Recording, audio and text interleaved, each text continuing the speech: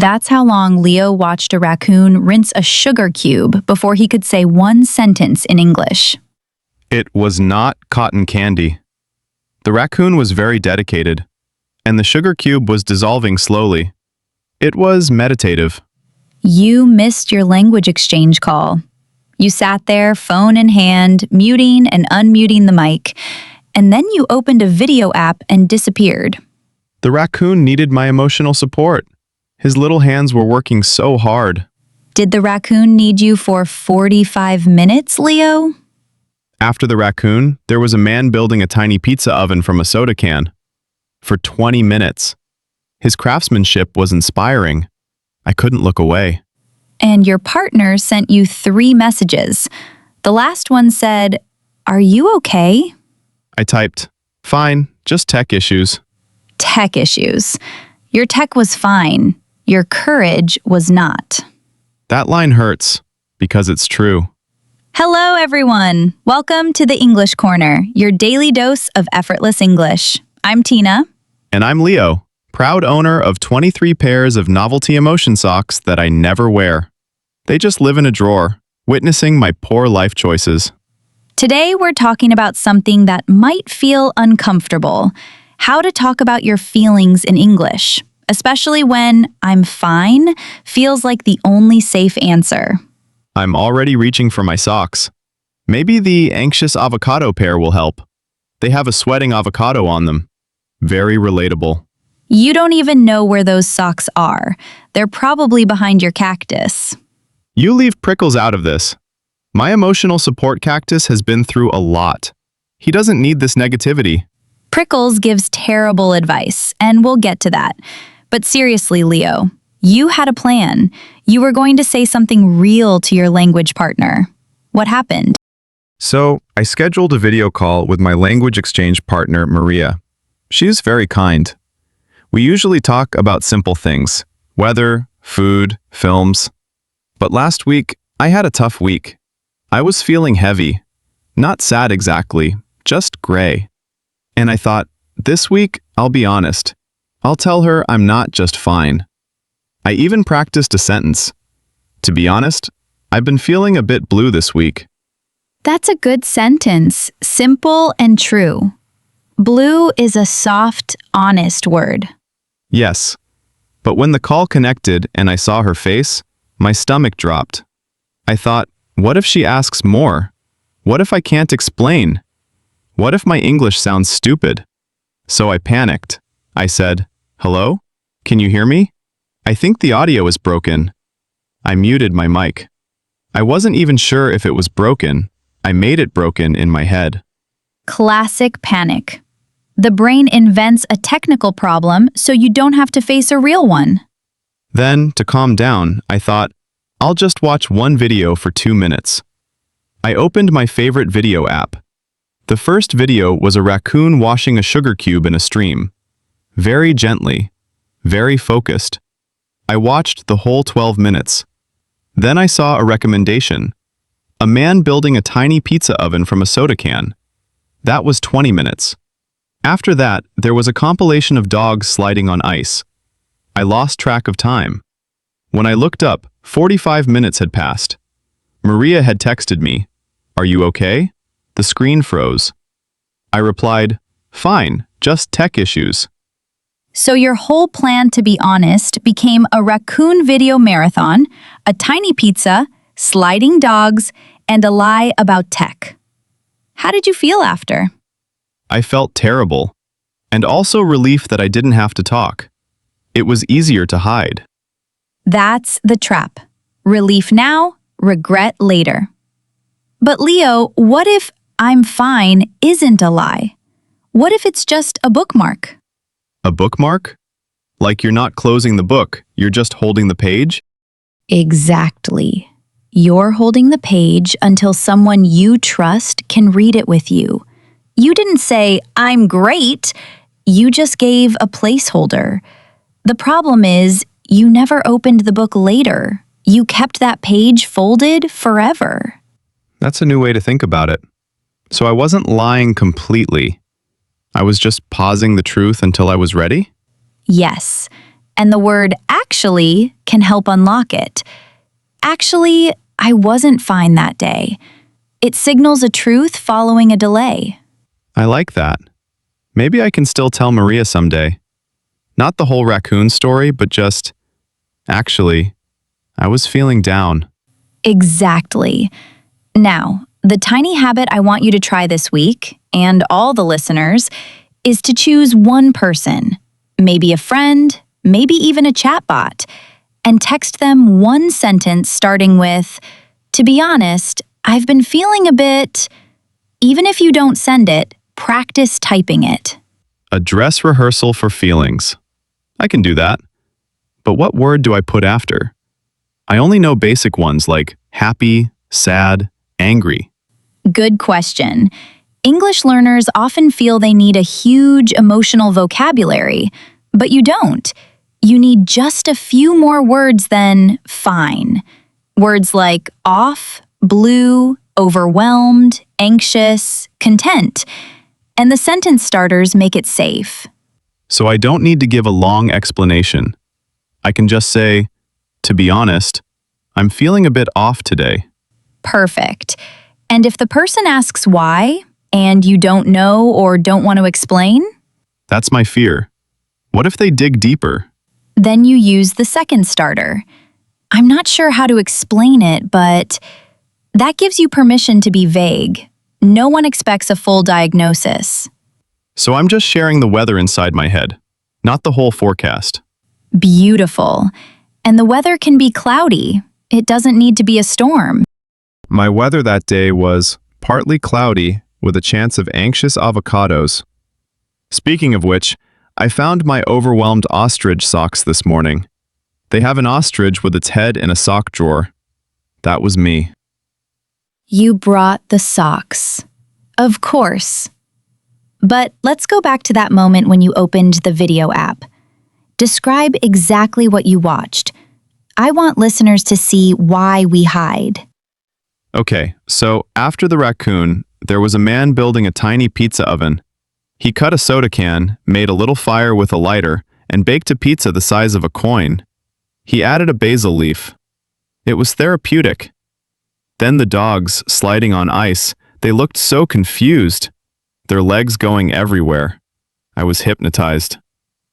And while you were hypnotized, your real feeling was waiting. It didn't disappear. No, it got heavier. Because the next day I still felt blue, but now I also felt like a liar. Leo, your feelings in English don't need to be elegant. They just need to be allowed. Allowed. That word hits. Like giving myself permission to sound messy? Exactly. Nobody expects you to be a poet. They just want to know you're human. Saying, "I feel off, I don't know why," is more connecting than pretending you're fine. That line should be on a sock. Feelings allowed. I'll design that. I'm sure you will. But here's the kind push, Leo. This week, find a feeling buddy. It could be anyone you trust. Send them one message that starts with, "To be honest, I've been feeling a bit." If it's too scary, use a snail emoji to remind yourself that slow counts. The snail doesn't judge. Snail emoji. Even I can manage that. I'll send you one maybe. But what if they don't reply? That's okay. The act was for you, not for them. You practiced being real. So the goal is just to type the sentence and press send? Or even just type it? Even just typing it builds the muscle. But pressing send is braver. And if you mess up like you did, if you spend 45 minutes watching a raccoon instead of speaking, here's the truth. Maybe the bravest English sentence isn't a perfect one. It's the one you try again tomorrow, even after 45 minutes of silence. That gives me hope. So I can try again with Maria, even after my tech issues lie? Absolutely. You can send her a message today. Actually, I wasn't really having tech issues. I was feeling a bit overwhelmed and didn't know how to say it. Can we try again this week? That's terrifying. But I'll type it in my notes first. Baby steps. Now, let's imagine another common situation. You're at work, and a colleague asks, "How was your weekend?" You can say, "It was okay, just felt a bit blue." Simple, but you shared something. And if they ask, why blue? And I don't want to explain? "I'm not sure, just one of those days." That's enough. You're just dropping a pebble of honesty into the conversation. Pebbles of honesty, not boulders. I can do pebbles. And the more you drop pebble-sized honest words, the easier it gets to say bigger ones later. It's like training wheels for emotional English. I'll write that on a sock. Pebble of honesty, penguin. He's holding a tiny rock. You and your socks. But seriously, this week's takeaway, one pebble-sized honest sentence. Use a starter. Pick a word. Off, blue, overwhelmed, anxious, or content. Content is a good one too. Content. That's like a cat sitting in a sunbeam. No drama, just quiet peace. Exactly. So be the cat. Or the snail. Both are slow and steady. Both are allowed. Let's practice. I'll pretend to be your language partner. You're on a video call. I'll say, "Hi, Leo. How are you?" Try to be more honest this time. Okay, but wait, I need a prop. I'm putting on my anxious avocado socks for courage. That rustling? They're a bit sweaty, which is fitting. Of course. Now, start. Hi, hi, Maria. I'm okay. Actually, no, to be honest, I'm feeling a bit blue today. Oh? I'm sorry to hear that. Do you want to talk about it? I'm not sure how to explain it. Just, the weather in my head is cloudy. That's okay. Sometimes clouds come and go. What do you need? I think I just need to talk about simple things today. Maybe we can talk about food? Sure. What did you eat for breakfast? I had toast. It was good. The toast was good. See? You did it! You said actually, you used blue, and you redirected. That wasn't perfect, but it was honest. That felt less scary than I thought. My voice was shaking a little, but the avocado socks absorbed most of the terror. Now, let's imagine another scenario. You're at a doctor's office. The nurse asks, "How are you feeling today?" What could you say instead of fine? I could say, actually, I've been feeling a bit off. That works? Yes. And if they ask more, you can say, "I'm not sure, just not myself." That's enough. What about with my boss? She's busy. She asks, how's it going? And I want to be honest because I'm overwhelmed. You can say, "To be honest, I've been feeling a bit overwhelmed with the new project, but I'm working on it." That shares the feeling without making it a complaint. That's smart. It's like saying, my brain is full, without saying, help me now. I'll try that with my actual boss. She might think I'm weird, but honestly, she's seen my socks. The key is that you're practicing being seen, even just a little. And if you're not ready, you can always say, "Can I get back to you on that?" Another good phrase. Can I get back to you on that? That's perfect for when I need time to find the words. Exactly. Emotions don't always have a ready-made sentence. It's okay to take a moment. I'll put that on a sock. Give me a moment. My socks are processing. That's too long for a sock. Maybe just an hourglass with a tiny avocado. You're impossible. But that's the spirit. So this week, try one of these starters in a real situation. Maybe just a text. And if you freeze, remember the raccoon. He took 45 minutes to wash one sugar cube, but he finished it. You can try again. The raccoon is my spirit animal. Slow, dedicated, and easily distracted by tiny ovens. Welcome to the Word Corner, where we look at key words from today. And Leo, let's argue about feelings. I'm ready. Prickles is here too. He's giving me a look. Prickles always looks judgmental. So, sad versus blue. What's the difference? Sad is when you've dropped your ice cream. Blue is when you don't know why you dropped it, but you also didn't really want the ice cream. It's a softer, longer sadness without a clear reason. That's surprisingly accurate. Blue is like a gray sky that stays for days. My blueberry blue socks capture this perfectly. They have a blueberry crying a single tear. You have those? Of course you do. What about off? Off is when something is wrong but you can't name it. Like waking up and your favorite mug has a crack, and suddenly the whole day feels crooked. So off is a general sense of wrongness. Yes. It's the body's way of saying, check engine light. Good. Overwhelmed. You mentioned it earlier. Overwhelmed is when everything is too much. Too many tasks, noises, feelings. Like being stuck in a clothes dryer full of socks, all different patterns, spinning. With 23 pairs, you'd know. Now, anxious versus nervous. Many learners mix them. Nervous is before a specific thing, like a test. Anxious is a buzzing that doesn't need a reason. It can hang around all day, like an uninvited sock. And content. You said cat in a sunbeam. Content is a quiet adult happiness.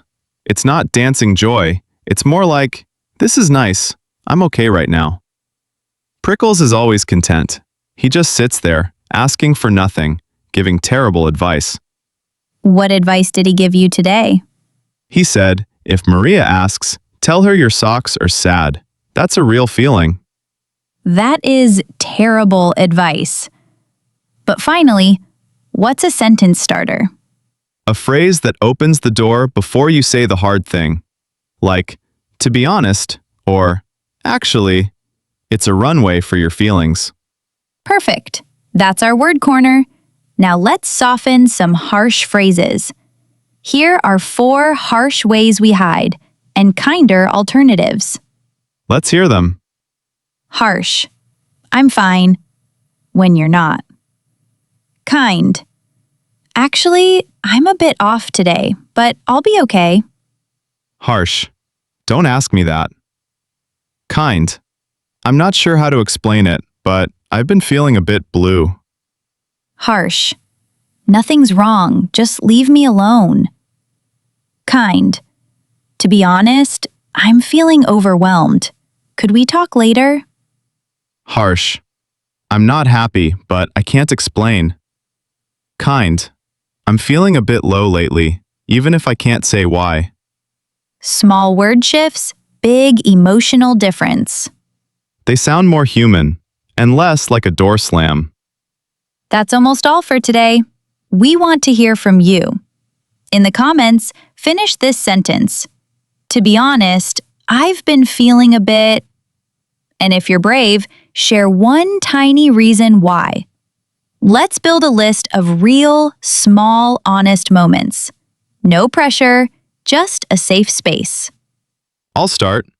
To be honest, I've been feeling a bit hopeful because Tina said I can try again with Maria. So thank you.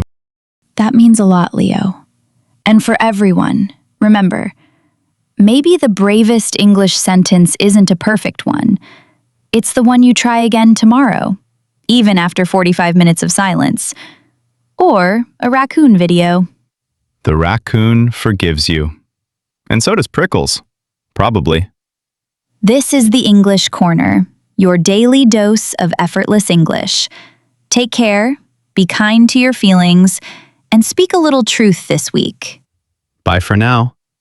And if you see a sock with an anxious avocado, it's probably mine.